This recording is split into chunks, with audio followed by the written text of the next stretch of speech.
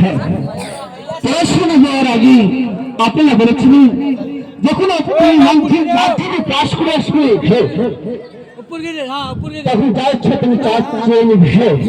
এখন তো আমার চার সময় চলে এসেছে পিতা। হ্যাঁ, তুমি চাও, তুমি যাই চাবি আমি তোমাকে আসছে তাই দিয়ে দেবো পিতা। হ্যাঁ, আমি একটু কথা বলবো।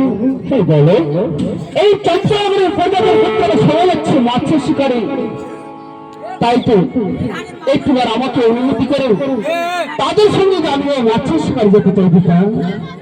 মাছের শিকারে তুই যাইতে চাস? হ্যাঁ পিতা। না লক্ষিন্দর না, না লক্ষিন্দর না, তুই মাছের শিকারে যেতে পারিস না লক্ষ্মীন্দর, তুই মাছের শিকারে যেতে পারিস না। কেন পিতা? কেন?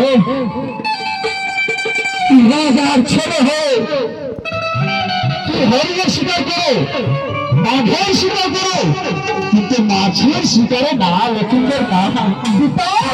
হ্যাঁ, এ কি বলছি আপনি? হ্যাঁ, আমি ঠিকই বলছি জানো পিতা।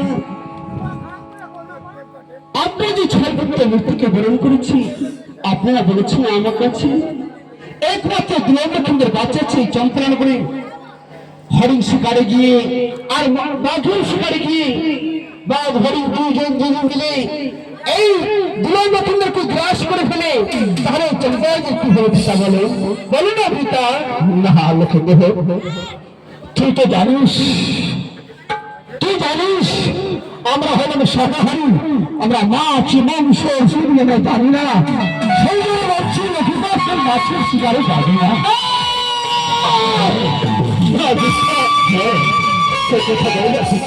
মাছের শিকারে না যায় তুমি অন্য শিকারে দেখতে পারি, এই আমার আদেশ। মা না গো, তুমি তো গর্ব হারানি 10 মাস 10 দিন আমাকে যথরে রেখেছ মা, তাইতে সত্যি লেখাই আমার মমতা যে শুধু তুমি দিতে আর যে কেউ বুঝতে পারবে না মা, তাই তো সত্যি লেখাই।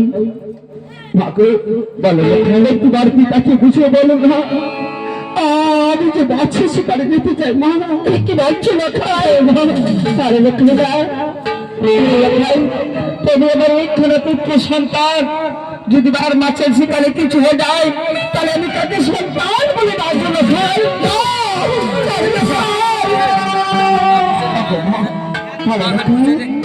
তাই তো বলছি তুমি একটু তাকে বুঝিয়ে বলো, এই দেখি ওদের রেখে সকল মর্যাদার পুত্র যাচ্ছে মাছের শিকারে মা, তাদের সঙ্গে আমি মাছের শিকারে যাবো, তাদের সঙ্গে মাছের শিকারে যাবো মা।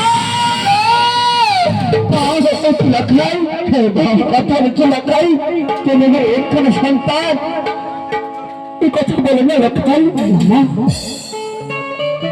আমি যে সে কথা মানব না। একটু বার প্রাণ হয়ে আমাকে অনুমতি দাও, আমি যে মাছের শিকার করবো না। সত্যি লক্ষাই তাহলে বেশ লক্ষাই ও মা জানি